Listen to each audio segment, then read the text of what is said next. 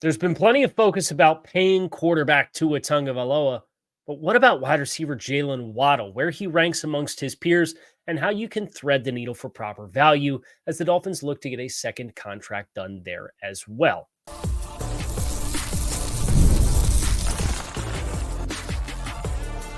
You are Locked On Dolphins, your daily Miami Dolphins podcast, part of the Locked On Podcast Network, your team every day. All right, Miami, welcome to another episode of Locked On Dolphins. It's your team every day here on the Locked On Network. I'm your host, Kyle Krabs, a lifelong Miami Dolphins fan, host of Locked On Dolphins, co-host of Locked On NFL Scouting. You can find our shows on YouTube or wherever you listen to your favorite podcasts. Tip of the cap to our everydayers, because it is your team every day. We don't just say it, we live it here on the Locked On Network. Today's episode of Locked On Dolphins is brought to you by Gametime. Download the Gametime app, create an account, and use code LOCKEDONNFL for $20 off your first purchase on last-minute tickets with the lowest prices guaranteed. Today on the show, we're shifting our focus. There's been a lot of economic focus at Tua Tagovailoa and a quarterback contract and the spectrum of quarterback contracts and how they work and so on and so forth. But it is a polarizing decision that the team is making there, and I think it's a much less polarizing decision to say that the Dolphins should be paying wide receiver Jaylen Waddle as well, a contract extension. So maybe because it's less polarizing, maybe because Waddle is universally, or just about universally loved, I would say, by this fan base for the contributions he's made through his first 3 seasons in the NFL. Doesn't get talked about quite as much. I wanted to kind of put that into focus here today on the show because Jaylen Waddle is a big financial commitment that the Dolphins are going to make, and quite frankly, rightfully so. But where does Waddle stack up amongst today's NFL wide receivers? Where does he rank historically in the obvious measures of production for NFL wide receivers? And what does the NFL's wide receiver market look like moving forward? Also, a big question, there's also this player, Tyreek Hill, that's under contract for Miami. And what does that mean if there's an extension for Jaylen Waddle in the cards? I would start by spotlighting that I think we are grossly overlooking the production that Jaylen Waddle has had thus far in the NFL, in spite of being a wide receiver 2 on his own team for 2 of his 3 seasons in the NFL. Thus far in 47 games, Jaylen Waddle has posted 251 receptions for 3,385 yards and 18 receiving touchdowns. Those numbers are obviously outstanding. He has over 1,000 yards. Thankfully, he caught that last ball against Dallas to kind of get him up over 1,000 yards before he suffered the injury that cost him a few weeks before he was back for the playoff game for Miami. 1,000 yards at least in all 3 of his NFL seasons. Set the NFL rookie record for receptions in a single season by a pass catcher. He also broke the several franchise marks for the Dolphins in a franchise history that includes a number of very illustrious wide receiver seasons. But Jaylen Waddle is also in very rare company amongst historical NFL peers for the production that he has put in his first 3 seasons. And again, Tyreek Hill's had 1,700 yards in each of the last 2 years. And Waddle's been, quote unquote, the other guy. His 3,385 receiving yards is 2, 4, 6, 8, 10, 12, 14, 16th all time in NFL history for a receiver in his first 3 seasons. 16th most receiving yards amongst any wide receiver ever in the history of the NFL.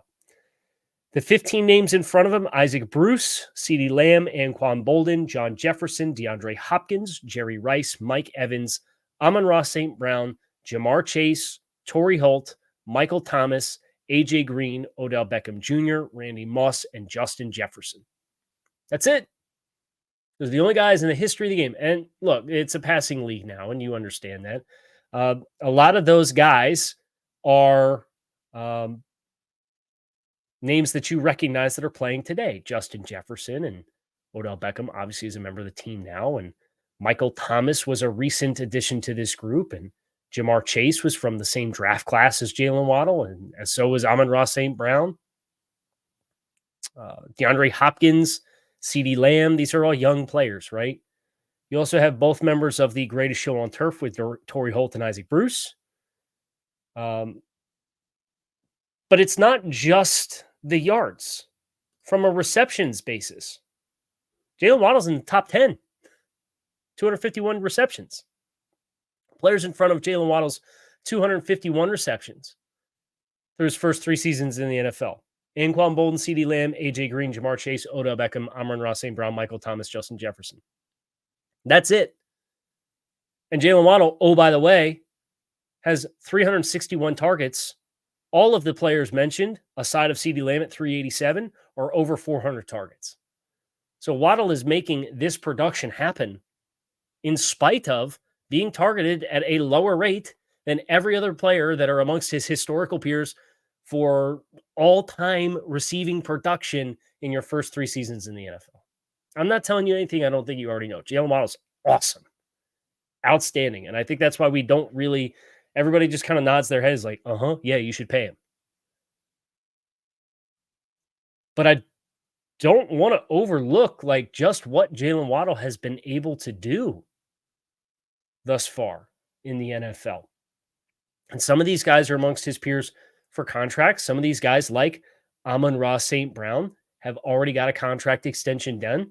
And Amon-Ra St. Brown just reset the market for total value for the AAV of a contract. And then AJ Brown went up over top of him. Amon-Ra St. Brown, Detroit signed him to a 4-year, $120.01 million contract extension that beat Tyreek Hill's total value of contract by $10,000. Right, so they just gave him the slightest of bumps. And Amon-Ra St. Brown was the wide receiver 1 for Detroit this year. They had an outstanding season. Well deserved. AJ Brown got a 3-year extension from Philadelphia, and that was the second wide receiver contract extension the Eagles got done this offseason. They also paid Devonta Smith, who was in the same draft class as Jaylen Waddle.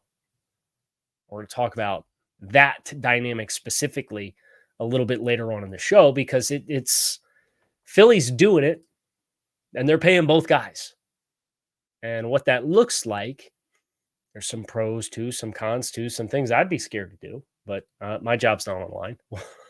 We'll talk about all that, as well as the other NFL contracts at wide receiver and just where Jaylen Waddle should really rank in this group. And that's coming up next here on this episode of Locked On Dolphins. Stick with us. Wouldn't it be great if you could see all of your investment and retirement accounts in a single place? With Yahoo Finance, you can consolidate your views from multiple accounts into one hub and access the expert analysis that you need to tend to your entire portfolio with confidence. For more than 25 years, Yahoo Finance has been the brand behind every great investor. Whether you're a seasoned investor or looking for that extra guidance, Yahoo Finance gives you all the tools and data that you need in one place. They're the number one finance destination, providing a holistic look at the financial news cycle, including breaking news, original editorial perspectives, analyst ratings, independent research, customizable charts, and so much more. Securely link your brokerage accounts for a unified view of your wealth, including 401k and other investments. A comprehensive perspective is what sets apart great investors.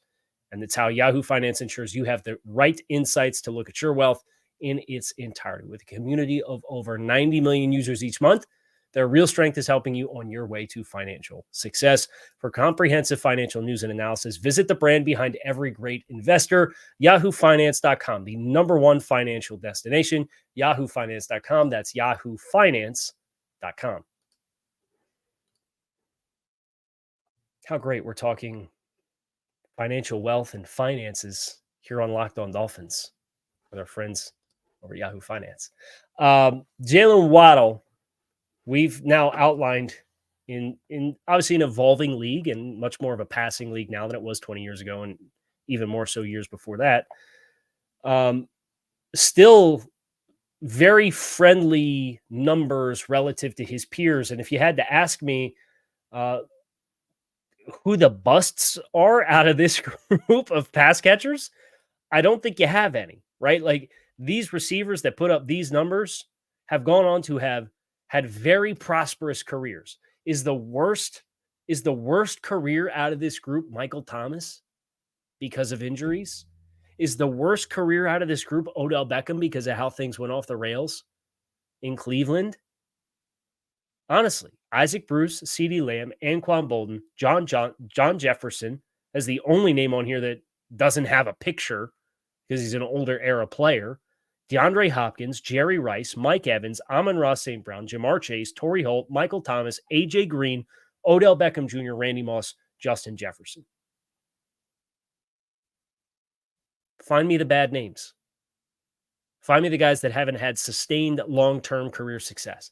And that's the argument for why paying Jaylen Waddle and paying him a long-term contract feels like a no-brainer, right? And he looks like just the work that he's done this offseason, he looks like he's ready to tap into another level. And if he does that, knowing full well that Odell Beckham's in the mix now, Jonnu Smith's in the mix, you got all these pass-catching running backs, you got Tyreek Hill,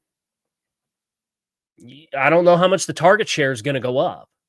So making the most of the targets, and that's what he's done through his first 3 seasons, at least short term, is the number one prerogative. Now, I do think that maybe helps your case with negotiations for Jaylen Waddle because you consider who the top names are. A.J. Brown, definitively the wide receiver 1 in Philadelphia, in spite of the presence of Devonta Smith as another productive player. He got $32 million per on a 3-year, $96 million contract extension. And that felt like the other shoe falling for after they paid Devonta Smith and put him on A.J. Brown's level. They then kicked A.J. Brown up and made him the highest paid per year average wide receiver in the NFL. It's also worth acknowledging A.J. Brown's $32 million. Average percentage of cap at signing is 12.5%. The number one player in that figure is still Tyreek Hill, who signed the 4-year, $120 million contract in 2022 when the salary cap was significantly lower. And Tyreek's average percent of cap at signing is almost 2% higher than A.J. Brown's. The percentage of cap, it means a lot. We did that yesterday or the other day.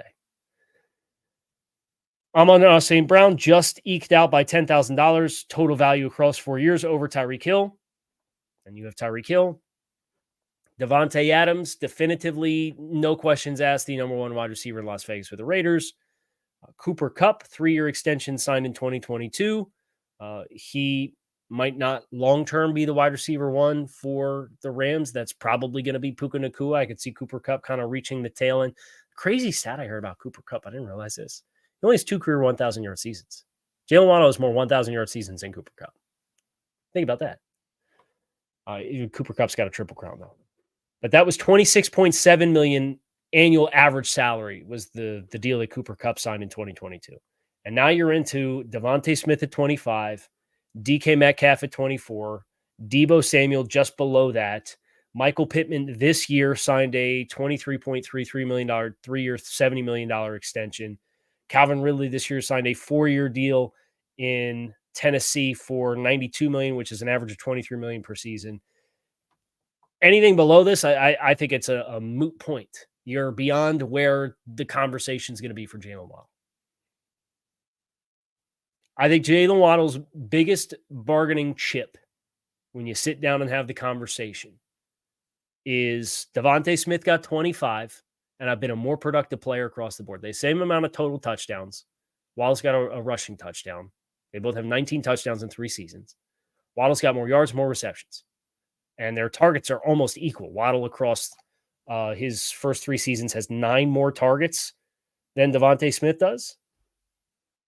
But Devontae Smith, be sure I get it right,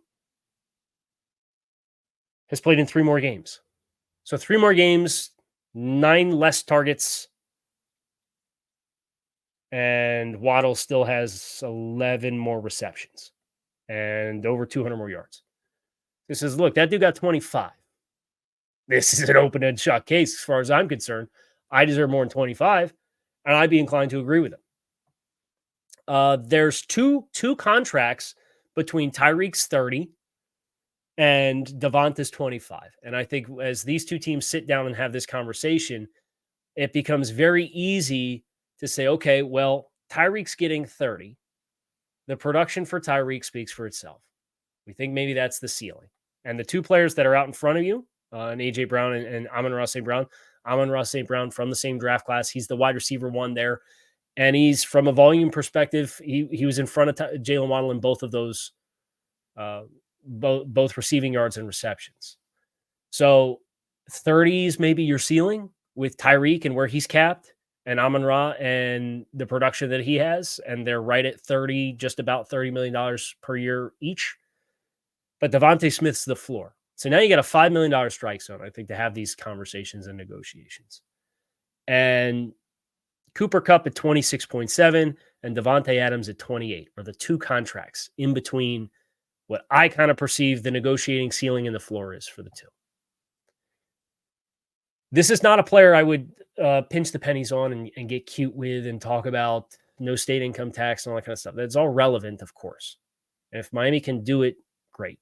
But I'm not adverse to this being like a 4 or 5 year contract extension. You know, most of these, AJ Brown got a 3-year extension. Cooper Kupp got a 3-year extension. Devonta Smith got a 3-year extension.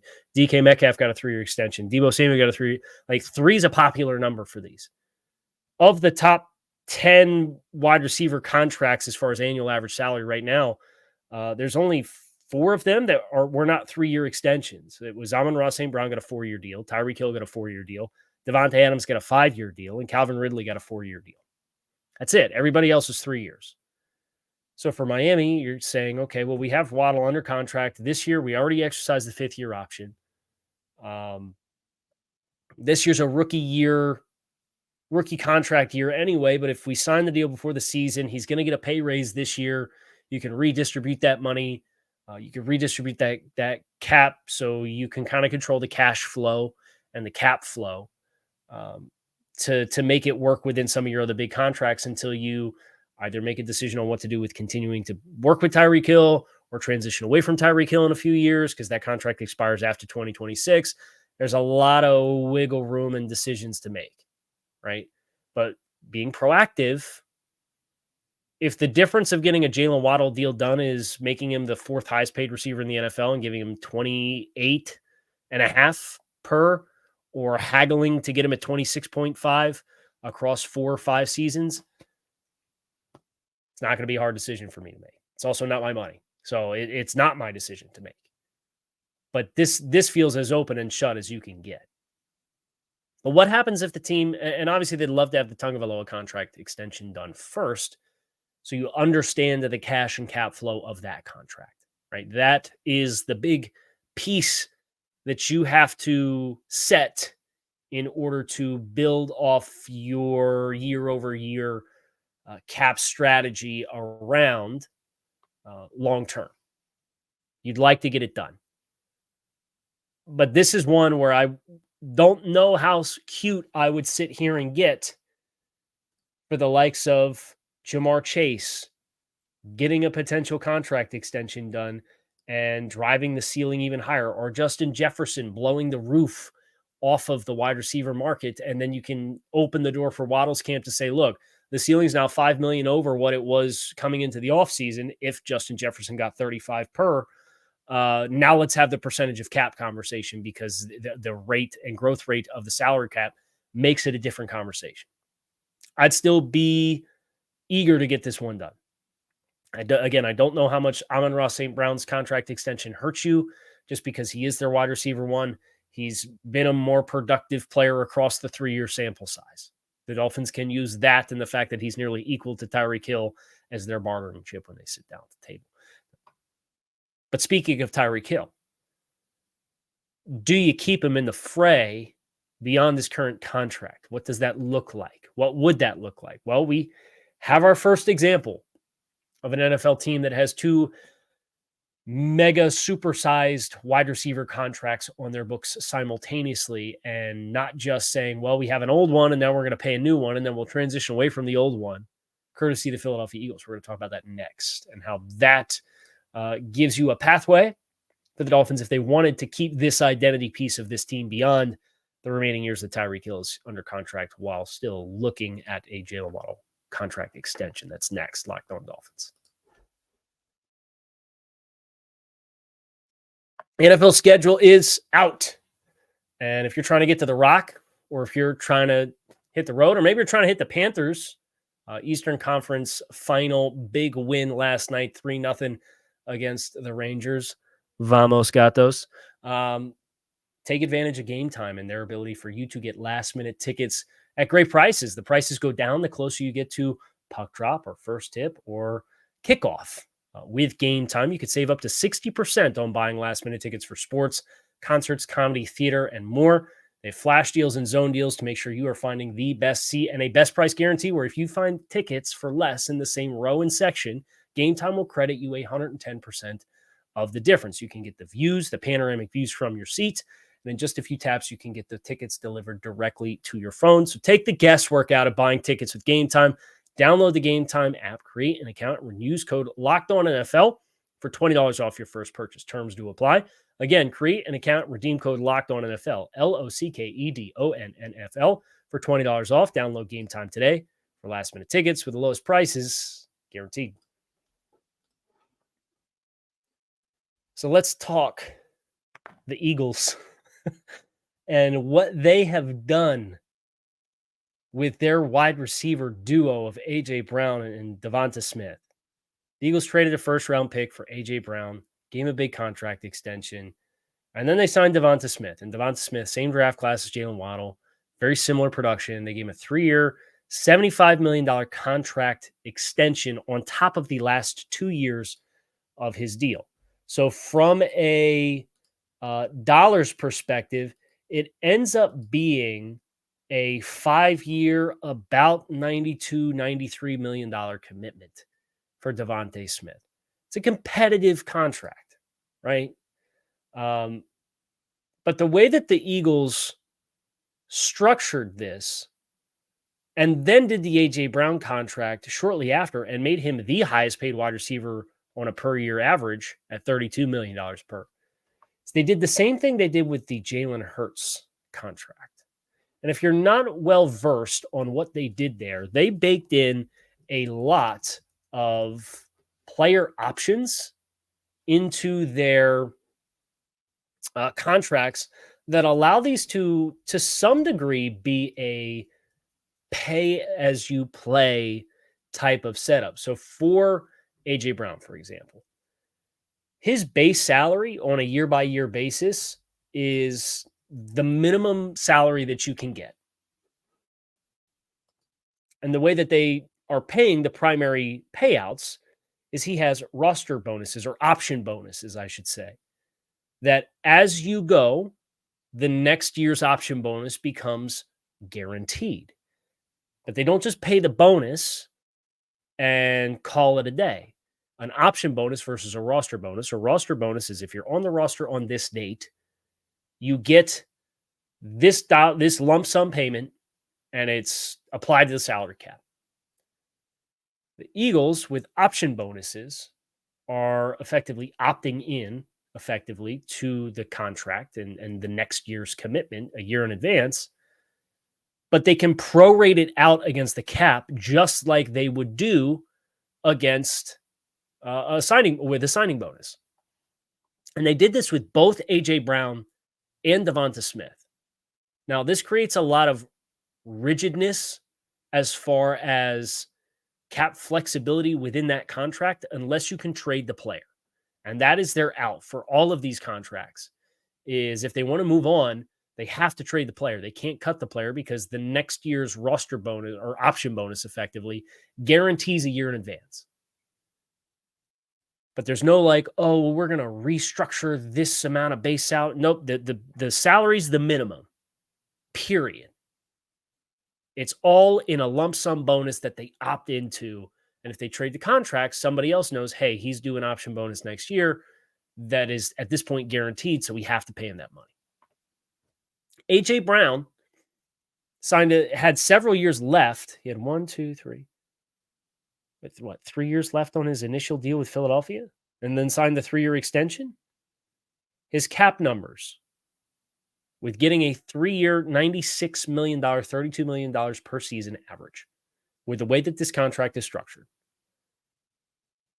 $11.8 million this season, $17.6 million next season, $23.5 million in 2026, $22.7 million in 2027, $27.6 million in 2028, $29.3 million in 2029. By the way, that's the 6 years, 1, 2, 3, 4, 5, 6 years that he has as active player years left on his contract with Philadelphia. Every single one of those salary cap hits is below Tyreek Hill's current contract extension. How does that work, Kyle? Well, we're familiarizing ourselves with void years. We've spent some time talking about it this year. Philly put 4 void years on the back end of this contract to the tune of $53.5 million. So if A.J. Brown plays out the life of the contract and then does not re-sign beyond the 2029 season, Philly's going to be responsible for $53.5 million dead cap hit in 2030. Now, that's a problem for 7 years from now, 6 years from now. So on one hand, it's like, okay, we'll cross that bridge when we get there. On the other hand, you have the flexibility where you have an out in this contract and you have several years worth of $28 to $30 million lump sum bonuses that somebody else could pay for. And you don't have to spread that out for 5 years and then be accountable for 50 something million dollars in 2030. There's some interesting strategy with the collective bargaining agreements. The most recent collective bargaining agreement went into play in 2020. I think it was signed in March of 2020. Those are 10-year deals. Usually, the new CBAs is a catalyst for another large spike in the salary cap. Is Philly playing the long game in that regard and kind of tucking all these void years into the next CBA where they're expecting even more growth and expansion because they're talking about an 18th game and 2 bye weeks and longer seasons and bigger roster numbers. And if players are going to make a concession and play an 18th game, you know what they're going to get? A lot more money and a lot bigger share and a lot bigger slice of the rev share pie. So there's like long-term games that Philly's playing, but I'm not really interested in Miami playing. Like I would not want to pay Jaylen Waddle and put a bunch of void years on the back end of that, which is exactly what the Eagles did. They did not just do this with A.J. Brown. They did this with Devonta Smith too. I wouldn't want Devonta Smith right now, $35.7 million void hit in 2029. I wouldn't want that, right? I don't think the Dolphins, their historical trends have shown you that that's something that they would do.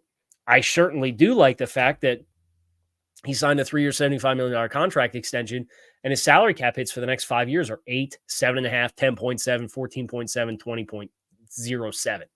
But then you have a whole other year's worth of salary cap commitment and a big contract's worth where he's not under contract to play for your team. Now, if you gave a contract extension to Devonta Smith, again, that all of that money would not accelerate all at once. It makes it a much more easily digestible thing. Maybe it's more attractive to do that with a younger player like a Jaylen Waddle as compared to a Tyreek Hill who's getting close to 30 and give him a new contract extension. The point is they can do it, right? And that was my argument going all the way back to last year when talking about the salary cap apocalypse, right? They can do whatever they want. Now, there's going to be ramifications for whatever they want. But if you want to have a 5-year window of optimum cash spending and you want to spend cash at a degree that we have not seen across the league, the 2 teams that are doing that right now are the Philadelphia Eagles and the Cleveland Browns. It is crazy rates of cash spending right now across the NFL. Let's see, over the cap. I think they have this. Yeah. Cleveland is up to $340 million in cash spending this year. Philadelphia's at $336. San Francisco's next in line. They have $30 million less at $306 million. Miami's still sitting at $270. They're upper third. They're probably like 12th, 13th in the league right now. If they get a couple contract extensions done, I would not be surprised to see that get up. Let's see, you give a signing bonus to Jaylen Waddle. It was $20 million, which is what I think is about what Devonta Smith got. And then you're going to have a quarterback signing bonus in here as well. But you have to subtract the $23 million fully guaranteed that he's owed. So Devonta Smith got a signing bonus of $20 million. Yeah, so you'd add that Jaylen Waddle, about 15. You're at 285. And Miami could get up to around 290, 300, which would put them top 5 in cash spending. I would expect that number would dip back down again next year. But it's not just the 2024 dollars. I mean, Philadelphia and Cleveland, those two teams being as aggressive they are in cash spending, they're 1 and 2 for 2025 already. Philadelphia has more cash spending committed to in 2025 already than Miami has against their books this year. And Cleveland's $6 million behind, and there's no team within $30 million of them as things currently stand. Like they are totally changing how teams are handling this. And you can do it. That means at some point there's going to be a really mean, nasty, ugly reset if you do it this way. I don't think I want the Dolphins to do that. And they're kind of showing us that they're not. But if you wanted to have Tyreek Hill and Jaylen Waddle both simultaneously under contract, long term, it's possible. And that's the point. That's going to do it for the Jaylen Waddle, paid Jaylen Waddle conversation here on Locked On Dolphins. I hope you guys enjoyed. You can find us on YouTube or wherever you listen to your favorite podcast here on Locked On Dolphins, because it is your team every day. I appreciate you guys checking out the show. Make it a great rest of your day. I'm out of here. Fins up.